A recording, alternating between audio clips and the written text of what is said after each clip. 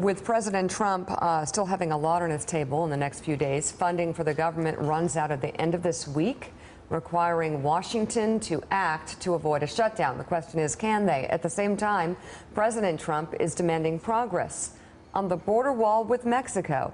Asked on Friday by the Associated Press whether he would sign a bill. That was quite an interview, by the way. Yeah. Is that Julie Pace? Yeah. At AP. Go Julie. Julie, that was quite an interview. Okay. So whether he would sign a bill that does not include funding for the wall, the I president didn't figure one said, thing out, though, in that, Mika. Yeah, Maybe somebody can help me here. Does he watch CNN still, or does he not watch CNN still? Because it sounded like he watched CNN, but then he said he doesn't watch CNN. It's also confusing. He watches it all. Mark Halperin. The interview itself is ambiguous. I would bet a fair amount that he occasionally at least watches CNN. Okay. I read that paragraph like a Talmudic scholar, and I could make no sense of it whatsoever. No, I couldn't either. Just on the words on the page, you're like, I really have no idea. But I think he probably is. I think he's watching. He likes cable. That's a yes. Does he He likes really? cable news of all stripes. Does he really? Yeah. So it said. That's He tends to watch. All right, regarding the wall, the president said, I don't know yet. Hold on one second. How you doing? All right, go ahead. I'm sorry. Go ahead. I don't know yet. People want the border wall. My base definitely wants the border wall. The thing they want more than anything is the wall. Is that true? No, they want Mexico to pay for the wall, because remember at his rallies he would say, we're going to build the wall, and then the crowd would go, Mexico's going to pay for it. They want Mexico to pay for it. Okay, but let me ask you really seriously, guys. I mean, he's focused on the wall. I understand it's a promise. That he can't deliver on Mexico paying for it. I mean, a great line in the campaign. I have yet to have one person crossing America that's coming up to me and saying, we must build that wall. Especially since more Mexicans more like border security. No, listen. Border security is a completely different thing. Yeah. And Americans want a secure border.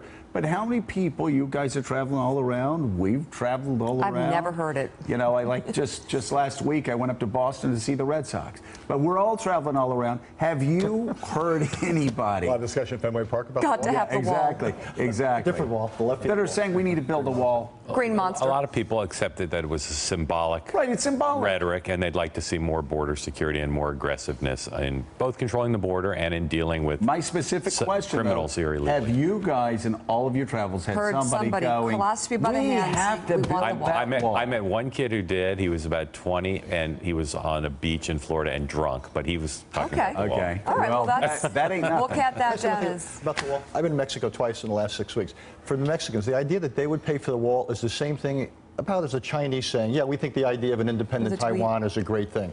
There is zero chance, not 1% chance, zero chance any Mexican government could pay 1 penny. But it just seems like a strange thing.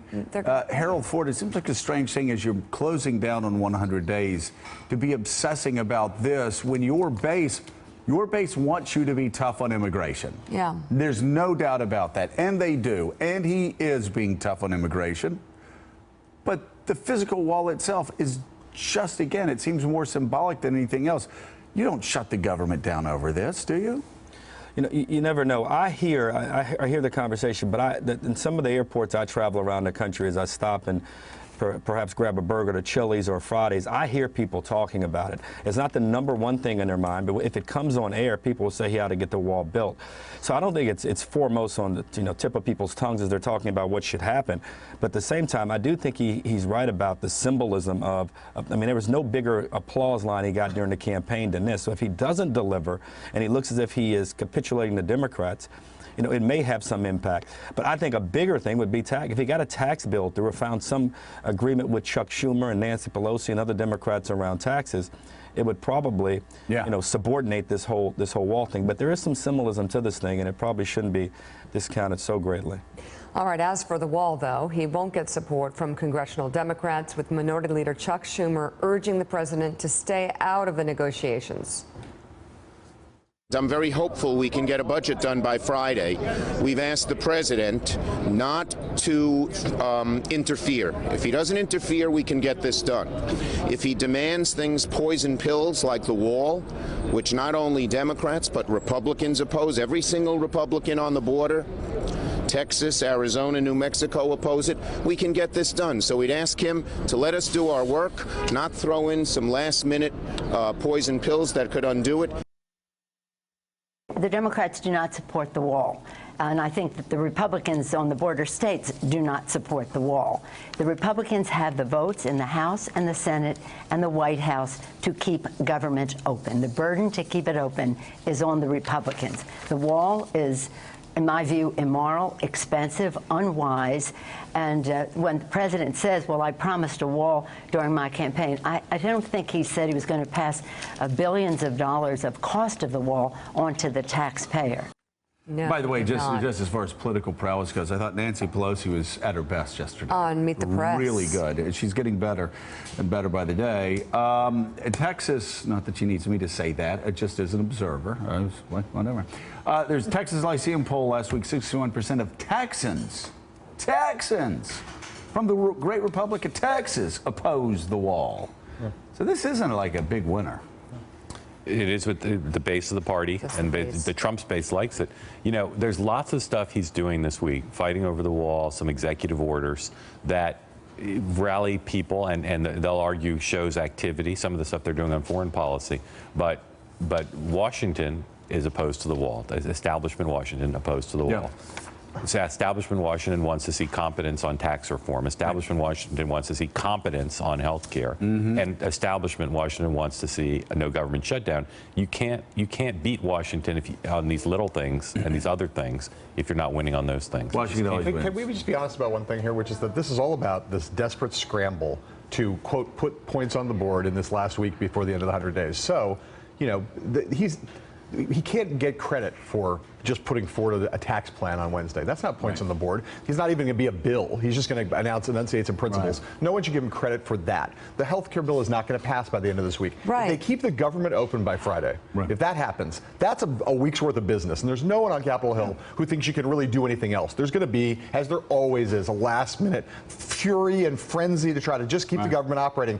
And so this border wall thing just looks to me like it's a gambit, where if he gets something, where he gets an agreement in the House, where it's part of something, that he can claim some small little victory that's probably evanescent. It's not going to actually be a permanent victory because, of course, we're not going to pay for the wall. Mexico's not going to pay for the wall. There's not going to be a wall. So I just hope that by the end of the week, people are not saying that he's put points on the board for things that are not actual points I wonder, Joe, on the actual board.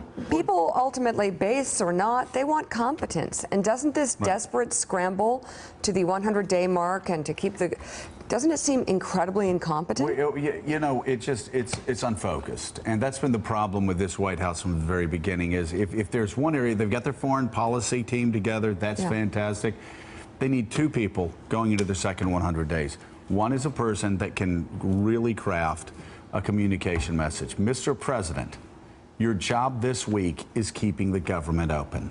Mr. President, your job next week is introducing your tax bill. Mr. President, your job 3 weeks from now is fill in the blank. You only have so much space. Who taught us that? George H.W. Bush in 1988 ran one of the most surprising campaigns, one of the greatest comebacks, because his team, Lee Atwater and Baker and everybody else, would say, okay, this week you're going to be the education president. Next week you're going to be the environmental president. It worked. Right now, Donald Trump's running in 5, 6, 7 directions, and of course, when you run in 5, 6, 7 directions, you get nothing done. They need that. The second thing they need is, as we've been saying, they need a McMaster of domestic policy that knows how to pass things in Congress. Mike Pence, great guy. He knows how the conservatives in the House works. They need somebody who knows how the United States Senate works and can sit down and talk to Chuck Schumer and sit down and talk to Mitch McConnell in the same room, and everybody laughs about old times. He's still worried more about his base. It figures out how to get stuff done. Late Sunday morning, the president tweeted, quote, eventually, but at a later date, so we can get started early, Mexico will be paying in some form for the badly needed border wall. First of all, There's so many lies in that tweet, I don't even know where to begin. That is a classic. It's layered and nuanced. Lie is Layered and nuanced. Lie is very tough. Okay, is Mexico going to pay for the don't wall? say that. Hello, is Mexico going to pay for the wall, please? Mexican government will not. There could be some kind of a compromise. Where Yeah, that could people be go good. back Is and it forth, badly needed? Pay a toll. Well, but Or are don't- Mexicans hold on, more but don't leaving call it this a lie. country You don't have to versus call it a incoming? lie. Otherwise, you can get We that don't- many subordinate clauses into a tweet. Well, I was going to actually Okay. Only ask 140 you, characters. There's a nuance, untruth. instead of calling it a lie, Yeah. I just want somebody to please step forward and diagram that sentence. Go. Seriously. Diagram that sentence. It's a What the- cascade of digressions. What the what? Some years from What now, the there'll be what? Latin classes that'll be translating that into Eventually. trying to But at a parse it. later But at a date. later date. So we can Apply get for started foreign early. Intelligence agencies. Mexico Another will bait pay. and switch. In some form. I'm going to say Do seriously, people if you look, want to be treated like this? if you look at those sentences, if you look at that, I couldn't do it. That's awesome. I could No, it never. really is. incredible. That is very impressive. Proust would be proud. In a Yeah. 140 Still I had on characters Morning or less. Joe. Send Mark it- Halperin I'm has just not something. sure all the commas are in the right place. It may not be. Maybe that's what I missed. But you There's the know, right number of commas. It's just not clear that they're so placed in Richard, the right places. Richard Oz, though, just so we don't say it's a lie and What? move on, there is a way at some point down the road, you say to Mexico, if you have good relations with Mexico, hey, listen, I'm in a bind here. I made a campaign promise.